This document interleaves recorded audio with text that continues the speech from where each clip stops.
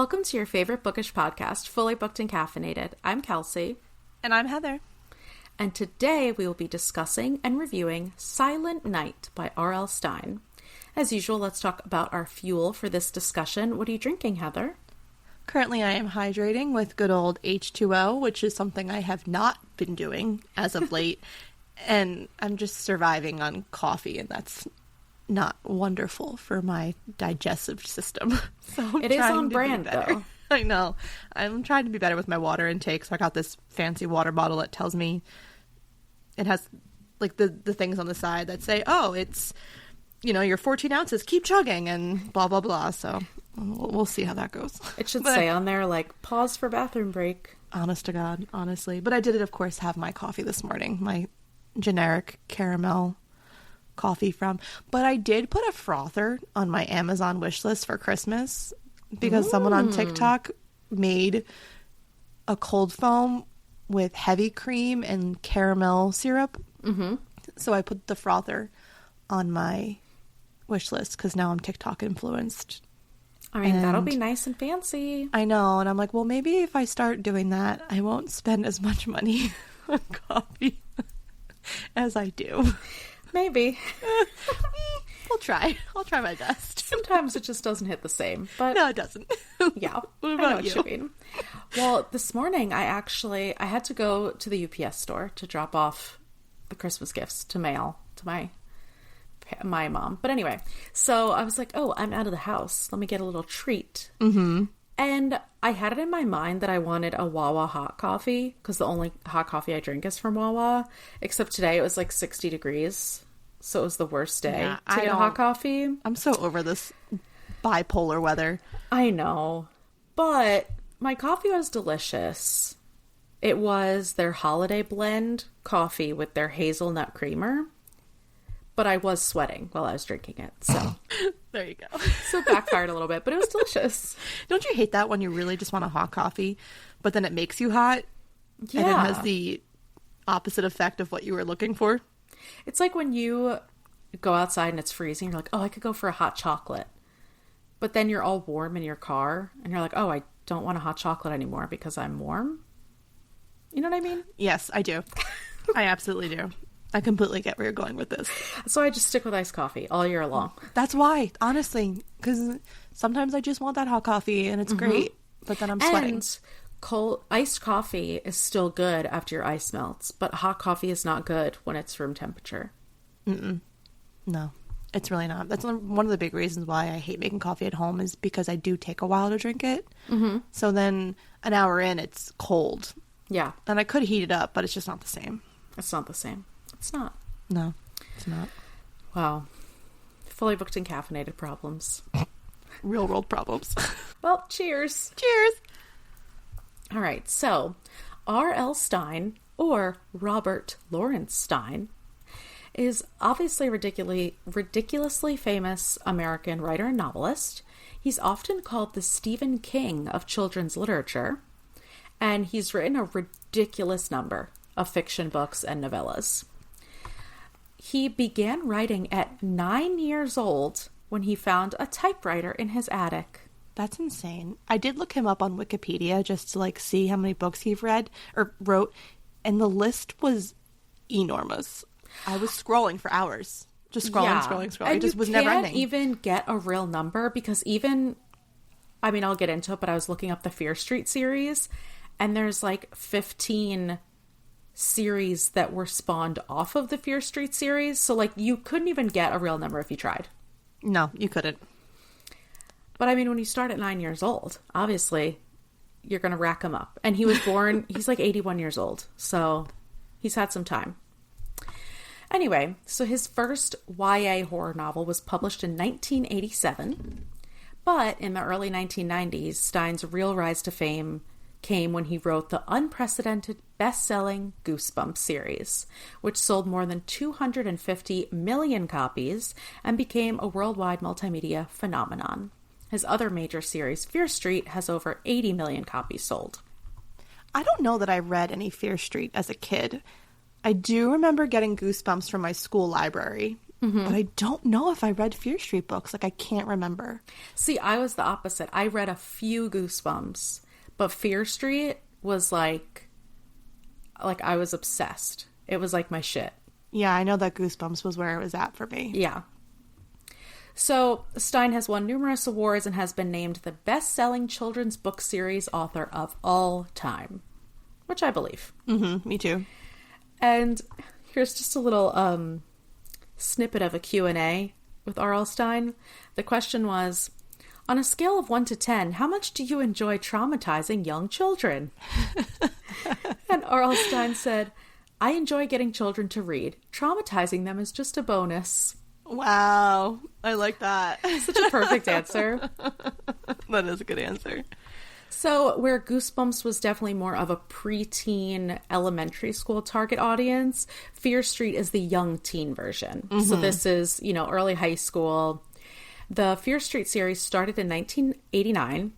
And as I was saying, the volume of books is unbelievable. The original Fear Street has 51 books, but then there are various spin-offs. New Fear Street, Return to Fear Street, Super Chiller, Cheerleaders, The House of Evil. It goes on and on and on and on. Mm-hmm. All of this to say I was obsessed with the entire series. I read every single one of the originals and the older spin-offs. So there was a book trader a few blocks from my house when I was younger, and my mom and I would go every week and track down every single title, and I would mark them off because I would read, I read so fast even when I was young, so I would go through them so fast, and my mom was like, you have to slow down. Please stop. You can't get all of these books. Books are expensive. But this has to be where my love of thrillers and horror really started. Oh, absolutely. Because it's so, and we'll get into it, but this is so the guideline for the thrillers that I love now. Absolutely. And this was like those formative preteen years where it's so much is influencing your brain hole, Oh, yeah. So this book specifically, Silent Night, is the first of a 3-part series within the Fear Street Super Chiller world. It was published in November 1991. I saw that. I looked back. I was like, this is insane. It's almost as old as us. Yeah, literally. It came out 2 years after my birth and a year after yours. So, Which is baffling. All right, so here is our book summary from Storygraph. Welcome to Fear Street. Don't listen to the stories they tell you about Fear Street. Wouldn't you rather explore it yourself and see if its dark terrors and unexplained mysteries are true? You're not afraid, are you? Don't open that present. If only Riva Dalby had listened to that warning. But beautiful, cold Riva won't listen to anyone. Riva thinks she can have whatever and whoever she wants. After all, her daddy owns Dalby department stores. Now someone has some surprises in store for her. Robbery? Terror? Even murder? Someone wants to treat Riva to a holiday she'll never forget. Holiday cheer quickly turns to holiday chills for Riva. Someone is stalking her. Someone is trying to get to her. Her money can't help her. No one can. After all, who can you turn to when murder comes gift wrapped? Is this the written description of a Lifetime horror movie? Oh, yeah, 100%. 100%. Yeah, definitely. It's so good. When murder comes gift wrapped. Chef's kiss. Oh, wait, there was... Hold, please. Cover of the book. Where is it? Oh, the cover of the book says, Happy Holidays. You're dead. Oh, yeah, I did. They're not leaving anything to the imagination here. No, it's on brand right now. All right, so let's get into it. So we meet our main character, Riva Dalby, who is an absolute nightmare. Yes. She enjoys humiliating people, and I would say that's her favorite and possibly only hobby. She's Regina George in the 90s. 1,000%. But no one wants to be her. No, like no one really wants to be her friend either. Mm-mm. Her dad owns the Dalby's department store where Riva works. It's clear that they're very well off, and the dad is trying to instill some type of responsibility into Riva by having her work, but that's not working at all. Mm-mm. So imagine dealing with a sales associate like Riva during the holidays. No, I don't want to. Couldn't be me. Her superior asks her to do something, and she's like, no, I just did my nails. I'm good, thanks. Yeah. Or a customer will be like, excuse me, and she'll just turn around. Ignore them. That did make me laugh, though. That one, when the general was like, excuse me, and she just was like... And she's like, la la la. I can't hear you. Like, staring at her nails, putting her lipstick on. So someone is messing with Riva because she starts getting gifts delivered to her at work, and they're not fun Christmas surprises. The first is a needle in her lipstick, which cuts her lip when she goes to use it. The second is a gift wrap perfume bottle filled with blood, which seems kind of harmless enough, but the problem is Riva can't figure out who would be doing this to her because she gets threatened on a daily basis. She does. So the red herrings are tripping over themselves. They truly are. It's just, there's no way to narrow it down. Nope. So then we have a parallel storyline which follows Riva's cousin, who Riva doesn't really like spending time with because Pam being poor bothers Riva. And also, I think because she's well-liked and really pretty. Yeah. She's blonde. She's like, I don't understand why people like her because she's poor. Mm-hmm. And it makes her uncomfortable that Pam reminds her, just by existing, that Riva has more money than her. Yeah. And then she's also jealous of Pam because Pam still has a mom, and Riva's mom died. Yeah. Which, like, okay, Riva, it's called therapy, but it's the 90s, so I get it. Yes. Accurate. So Pam asks Riva if she can work at the department store for Christmas to earn some money, and Riva makes up some excuse, but of course it wasn't a real excuse, and when Pam finds out that Riva is messing with her, she's pissed. Pissed. Capital P. Real pissed. So Pam starts spending time with her equally unfortunate friends, Mickey and Clay. Mickey's dad was laid off from Dalby's after working there for a very long time, and he's not taking it well, so add more to the list of enemies of Dalby's. And Clay is a real bad boy, and he ropes Pam and Mickey into his life of petty theft until Clay has a plan to do a real burglary. A real burglary. I was dying when they are in that convenience store and the worker is like, empty your pockets, I know you stole something. And they're like, Pam and Mickey are like, oh my god, that guy was so unfair, I can't believe that.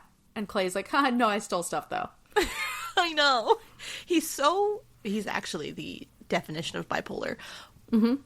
But he plays it off so well, and they're kind of like, well, no, you would never do that. You would never steal. And it's like, what kind of vibes does he give you that makes you think that he's not doing petty theft? Because I got the vibe straight away. 1,000%. And they don't even know him that well. No. So his plan is to rob Dalby's department store. And they have someone on the inside helping. So it's not even a real robbery. No, it's a fake robbery. Which is baffling. But this felt so believable high school to me, honestly, because of course this is a horrible idea.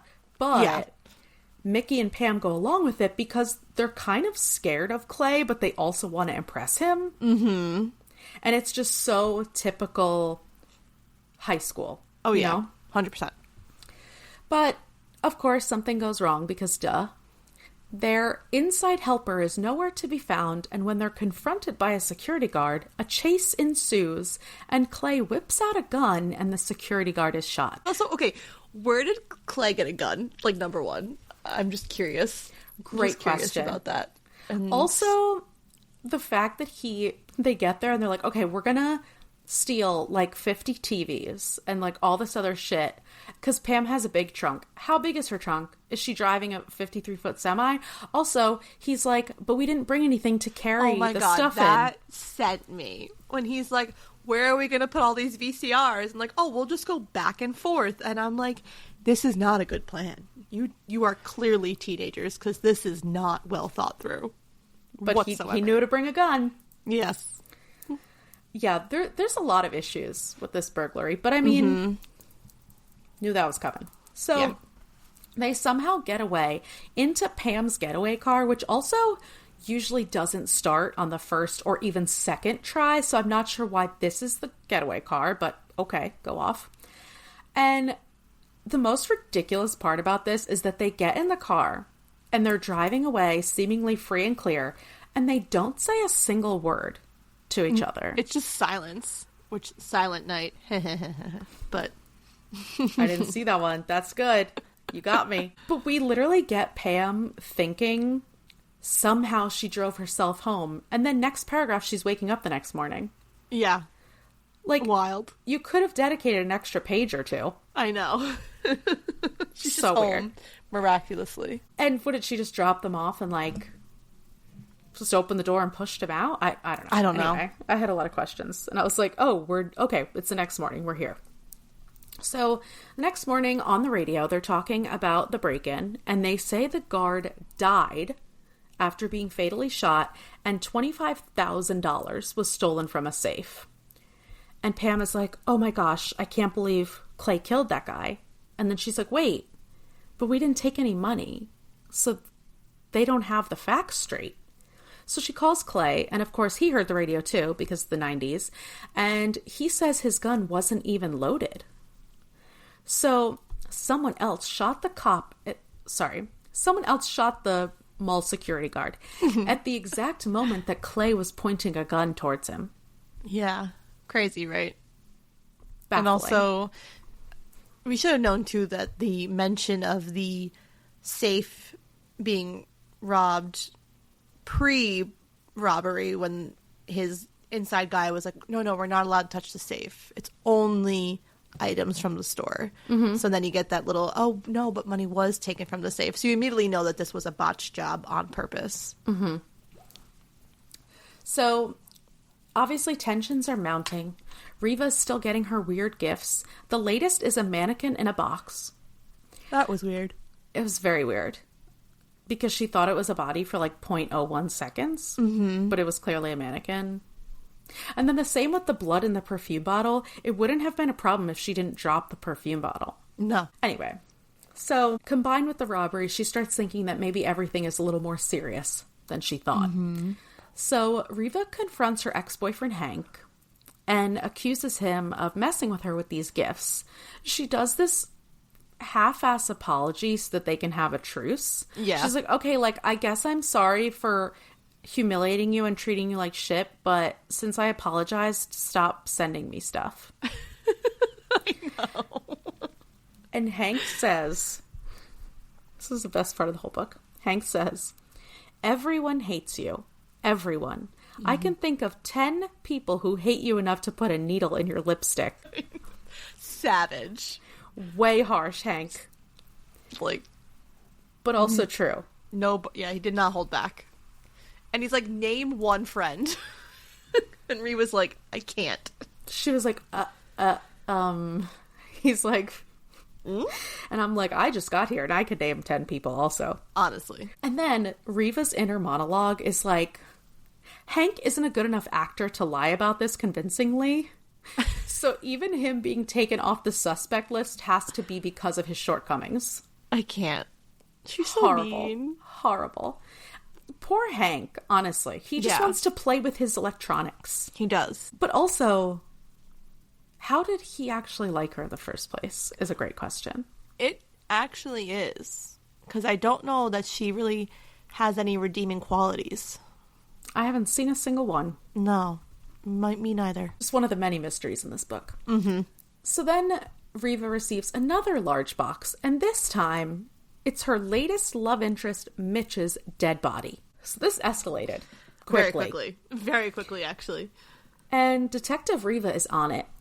And she discovers that around the time Mitch was probably put in the box, Rob, the department store Santa, wasn't at his post.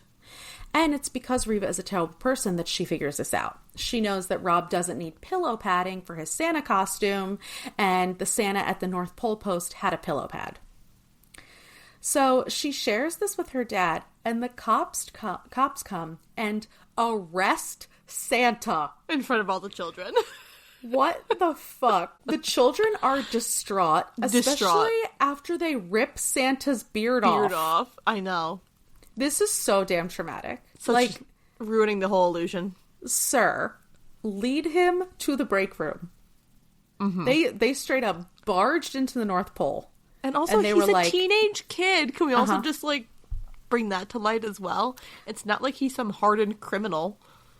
It's not like he's Billy Bob Thornton in Bad Santa? Like, he's not. He's literally a child. And the fact that they have no proof except that he wasn't at his post for, like, a small amount of time. Mm-hmm. Like, maybe he was taking a lunch break. But no questions are asked. Yeah, no questions, because Riva's so reliable. Mm-hmm. So it turns out Rob is Pam's boyfriend, Foxy. That was a fun twist. I didn't see that one coming. I didn't either. And I thought it was so funny because it's like, I loved the reveal of it. But I'm like, wow, more books for the twist should just change people's names. Yeah, honestly. Because easiest way to bury the lead. Me.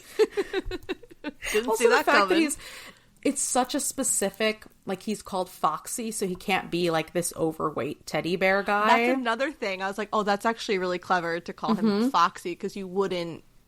It's not like they were calling him Teddy, like a teddy bear or exactly. something. The word Foxy, you wouldn't think of him. You'd think of some kind of, like, jock big guy. Exactly. Not so this that overweight made it even nerd. better. Yeah, I know. So Foxy / Rob allegedly killed Mitch to get back at Riva. This is a little murky. Yes. And because they had been seen fighting earlier that day, which was unrelated but kind of related, it's all pretty convoluted. Yeah, it is. I didn't really understand. I understood why Foxy was going after Mitch because Mitch was blackmailing Pam. Yes. But why did they think that Rob killed Mitch? Because of the fight that she walked in the storeroom. But they had no idea what the fight was about? They just thought that it was because... She just thought because she saw the violence of them arguing. Okay, so she didn't have the motive. She just had... oh, they were fighting, so this must have been the precursor to the murder. Okay. That's my assumption. Okay. I mean, that makes sense. Yes. I feel like once we got to the ending, it was very rushed, and there were a lot of loopholes. Sure were. We'll get to it. Okay, so Pam tells Riva it couldn't have been Rob. And they immediately make up, even though Riva has been horrible to Pam for years. Mm-hmm. But as they're driving home, Riva obviously has to go back for her purse. And who's there? None other than another man with a gun. Yes. Where are all these guns coming from? Honestly, are they selling them at the department store? They might be at this point. They might be. So Mr. Weekly, Mickey's dad, who was the robber who took the $25,000 and also killed the security guard. And the reason that he was robbing at the same time is because this motherfucker Maywood, the inside helper security guard, where is Maywood in all this? I agree with this. We've never met him. And he has a lot to answer for. I almost thought that Maywood was Mickey's dad, and that was just like his name. And that maybe Clay never really knew him, so it's kind of like, maybe it was like, but I guess it's the 90s, so it wouldn't be like an online thing. Yeah, because he would have had to actually talk to... We never even find out what connection Clay has to Maywood in the first place. And like, did Maywood take the money and run? Because it doesn't seem like Mickey's dad even had the money. Because then Maywood was conveniently calling out of work. Yeah, he just called out on the day of the double robbery. I'm a little unsure. Yeah, like I said, a lot of loopholes. Mm-hmm. A lot of questions. Because I understand... Okay, pause. I'll get to this in a minute. Okay. I'm getting ahead of myself. So, Riva makes a run for it. Dodges a couple bullets. Then, by the way. Unless his dad was drunk, which he is all the time. By this point, so you should know to stop asking questions. This is also true. So the most ridiculous and perfect thing happens, which this whole thing, I'm just seeing it as a Lifetime movie in my brain. It's so perfect. Mr. Wakely dives for Riva, but she's up against the railing of the balcony, and he's so high and so horizontal that as she ducks, he sails right over her and over the railing. Then he lands on the Christmas tree, which electrocutes him, then shorts out. I'm surprised I didn't catch on fire. Flawless execution. No notes. God. Incredible. Incredible. So yeah, that's the end. Yes. Okay, let's dive in. So, I get why Mr. Wakely wanted to rob the department store and get his $25,000 because he doesn't have any money. Yeah, and he was kind of, it seemed like, fired unfairly. Exactly. But why did he want to hurt Riva? Why did he kill Mitch? Because... Okay, wait. Alright, so he accidentally kills the security guard because the security guard was pointing a gun at his son, which it didn't seem like he was pointing it at his son. It seemed like he was pointing it at Clay. But he also might have been drunk. Yeah. So he shoots the security guard and kills him. Oh, and Mitch was there. Mitch was there. So he kills Mitch because Mitch saw it? Because then Mitch is calling Riva and whispering weirdly into the phone saying, I saw what you did, give me the money. And then eventually, I don't even know. Like, this was weird too when Mitch, like, comes up behind Pam and, like attacks her in, like, the streets. Yeah, and, like, behind a bush or something, and then Foxy he's like, just happens to show up. And then he's like, oh, if you turn around, you're going to regret this. And I'm like, but I didn't find Mitch's character to be, like, this brusque, like, asshole, so that didn't really work for me. And then, so then Pam discovers that Mitch is the one that's blackmailing them. And then I was going to assume that maybe Pam, Mickey, and Clay are having this conversation, and maybe Mickey's dad heard it, and so he knows that Mitch is blackmailing them, so he has to kill Mitch because Mitch knows. And then Riva shows up, so now he has to kill Riva. But he was the one pranking wasn't- Riva? No. Who was pranking Riva? I don't remember. Foxy. Oh. So it seems that because Riva leaves the store and then comes back because she forgot her purse, and that's when she runs into Mr. Wakely. So he has to kill her because there's another someone who now knows what happened, Okay. I think. Yes, because I was like... I don't know. Listen, it all happened so fast. Once one thing was discovered, it just was kind of like, you know, a big snowball down an avalanche. It was just rolling, and then we got to the end, and then it was realistically an unsatisfying ending. But I'm not surprised. This is not Pulitzer Prize fiction, so it's fine. But 100%. This is...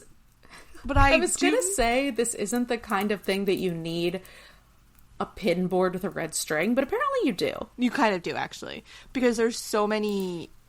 You have to give it to R.L. Stine with his creativity, because he makes you work for it. Like, we're sitting here dissecting this book and still confused. So... That's very true. And I didn't see it coming. No, it came gift wrapped. We didn't see what was inside. Happy holidays, you're dead. Even though the only person who dies is Mitch. Yeah, Mitch. well, and the security guard. Oh, yeah. There was 2 deaths. That's true. Okay. All right, we got a 2 body count. Also, didn't the brother annoy you a little bit, the little baby brother? Like, I was thinking that he was going to be some kind of evil thing in this novel, because he was just like, take me to see Santa. He was so unnecessary. Yeah. And it just showed even more how much of a bitch Riva was. Oh, She's yeah, like, I know. oh, I love my brother, but he's so annoying, and I promised to take him to see Santa 45 times, but I keep not taking him to see Santa. So his entire role in the book was just so that he could sit on Santa's lap and see that Santa was wearing a pillow under his shirt. Yeah, it was weird. Yeah, I wasn't a fan of that. So, there was also that line in the book that kind of gave me the heebie-jeebies, which I don't think he meant it nefariously or grossly, but when Riva says to her brother, she's like, yeah, Santa likes when boys and girls sit on his lap. Did you catch that? Sure didn't. Yeah, don't like that. Because Michael's like, oh, does he like it when he Yeah, said he's something like, do I along have those to lines. sit on his lap or something? Yes, and Reva's like, yeah, like he loves when boys and girls sit on his lap, and I was like, oh no, that's not properly said. Yeah.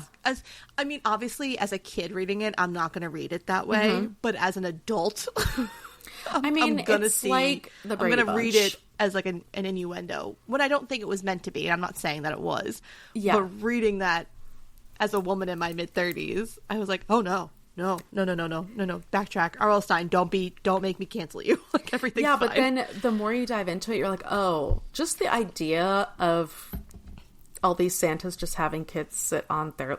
Never mind. Let's not even go down that road. Considering I did watch, like, A Nonsense Christmas with Sabrina Carpenter today on Netflix, and she makes one of the skits is that she's dating Santa, and I was like, oh no. No. Don't love that. Yeah.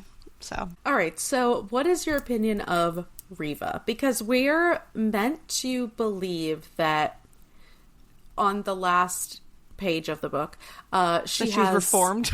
Yes. She has a transformation. She's new and Overnight. improved Reva. She realizes because she hasn't processed her mom's death, which obviously that was also very rushed and didn't make sense to me. But she was an annoying character, which I think is the whole point.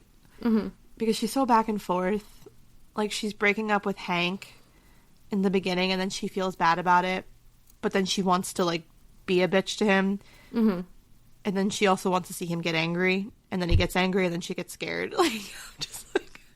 And then she wants Mitch, but then she gets Mitch too easily. He's so a she wimp. gets upset about it. Yeah. I'm like, girl, make up your damn mind. She just cannot make a decision to save her life. And what about Pam? Pam was an interesting character. I didn't hate her.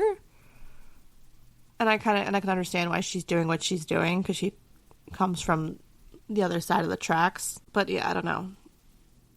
Yeah, I mean, she's obviously framed to be more likable than Reva. Which I think is the point. But she also has this kind of... I mean, they're opposite in every way, because Pam has basically no backbone. She can't, stand up for herself. She just kind of goes along with what other people are saying, even though she knows that it's a horrible idea. She can't even tell her boyfriend about what's going on because she knows that it's wrong. Uh-huh. Did you find it believable that Mr. Wakely was the killer? No, but it makes sense, because I could see why obviously he'd want to rob the store, but I'm also conflicted as to why he would kill an old coworker that he said he liked. Mm-hmm. I'm like, don't shoot him. Maybe like shoot at the ceiling to cause a distraction. Like, he didn't have to shoot. Or like shoot him in the leg. Yeah, or don't shoot to kill kind of thing. And also, he was drunk all the time. Yeah, I know. So how does he get pulling off so this here's robbery? Here's the being thing. Plastered? That too, and he can kill the security guard who's far away, but he can't shoot Reva, who's within 5 inches of him. I mean, maybe he was a little more sober the night of the robbery. Potentially. Why was he even in the department store when Reva went back to get her purse? I don't remember. It might have been said, but I can't recall. I feel like there was so much jammed into this very short book. Yes, and that as I'm telling you, the last 15, 20 pages, I got to a point and I realized I only had 3 pages left, and I was like, there's no way that I only have 3 pages left. Mm-hmm. Mm-hmm. Same thing. I was like, I'm almost done and I don't know what happened yet. Yeah. Yeah, there was both so much and so little at the same time. Mm-hmm. All right. Anything else we should discuss before we get to these ratings? I just want to say a little fun fact that I didn't know, which also was why I looked at the year that this book came out, because I was reading the little blurb about R.L. Stine in the back of the novel. I had no idea that he was the head writer for Eureka's Castle, which was one of my favorite shows as a kid. My mom told me, I don't remember liking it, but my mom told me as a kid, that was one of my favorite shows that I watched all the time. And so I went back to the front of the book because I'm like, when the hell was this book written? And I saw it was 91. But yeah, I had no idea that R.L. Stine wrote on Eureka's Castle, and I love that. And it's so not in line with his like fiction writing. Mm-hmm.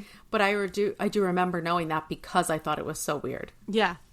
So that was a fun little how tidbit. does this man have enough time? I know. That I just didn't know. Because, like, I listened to his podcast episode, too, when he was on Armchair, and which I really liked that, too. And that, I don't recall that even being brought up, which, I'm not saying that it would. Mm-hmm. But I was like, oh, this is fun to learn. Yeah, it really is. Mm-hmm. Such a long, successful career. It's insane. I know. And he's still going. He's not even done. And just the fact, there's been so many adaptations of Goosebumps. Even The Fear Street was on Netflix. And now they have, like, the Jack Black Goosebumps movies. Mm-hmm. So, it's just going to keep going. Yeah, absolutely. All right, so our rating scale is Mall Santas. Oh, I don't even feel like it's fair to rate this book, but I'll do it. I know. I agree with you, but we're going to do it anyway. Maybe I'll rate on my enjoyability instead of, like, the book. You have to. I feel like it's not fair to rate this book. Mm-hmm. All right, so how many Mall Santas are you giving this for its enjoyability? I'll give it 3. I'll give it 3 Mall Santas. Because it did have me enraptured. I did need to know. It was a page turner. Mm-hmm. It's such a quick read. No, it truly was. And it was actually kind of nice because it's not a book that you have to like think while you're reading, which is nice because I don't have the mental stability right now to concentrate on books. Oh, it's a perfect... This is a great choice. Christmas season palette cleanser, just like our last book. Yep. I love this book. I can't even deny it because it has such a nostalgic feeling for me. For you, 100%, yeah. Yeah, and like I can also vividly see myself in a department store during the Christmas season. It's so cheesy and so exaggerated, but I 100% get why I was so invested as a kid. Mm-hmm. Because it has the twists and it has the turns and it's so 90s, but I love it. So I will say this definitely wasn't my favorite of the series of, Fear Street in general because Reva is just so horrible and none of the characters are likable at all. No, they're not. So I agree. I gave this 3 Mall Santas also. And it's also thinking about it through, because this isn't just YA, like, because we read YA that's dark and, just as horrible as some of the adult fiction we read. This is preteen mystery horror. Yeah. And when you read it under that lens, like you were saying, some of this is very graphic. Some of this is scary. Reading it, I was kind of like, wow, I'm kind of surprised that this is a teenage book. But and this is tame compared to the rest of them because most of the other ones are more horror and this is more like mystery thriller. Yes. And I know a lot of the other ones have a lot of the series that were branched off of Fear Street have more like paranormal stuff. Okay. So I'm like, these books were definitely scary, especially for the age group and for the time. So yeah, I think it was such a good Christmas. It was so Christmassy. It was so Christmassy. The fact that this guy died by being electrocuted on the Christmas tree, incredible. Gotta so love good. It. What a way to go. What a master, R.L. Stine. I get it. Wow. How did he come up with so many ideas? That's the thing, though. Because obviously he's knocking these books out. And they're still... I do feel like they're rushed, which obviously if he's writing so many of them, that makes sense. But still the creativity that he brings to them is unparalleled. Because, how many thrillers do we read and we were still... didn't see these twists coming. Foxy got me, man. Did not envision Foxy being Rob. Yeah, well, now he can't use that one again for another book, so... No, he can't. He used it up on this one. He used it up for the Silent Night. Wow. Okay. Anything else you want to add? No, I think that this was a good one to end our year on. Completely agree. This is what we needed. Agreed. Well, that's all we have for you today. If you like what you heard, please make sure to follow, subscribe, and rate and review the podcast on whatever platform you're using. If you have any book recommendations or questions for us, you can email us at fullybookedcalfpod@gmail.com. Also, be sure to follow us on TikTok and Instagram at FullyBookedCalfPod to see our upcoming reads. Thanks for checking us out, and remember, If you need us, we're fully booked. bye!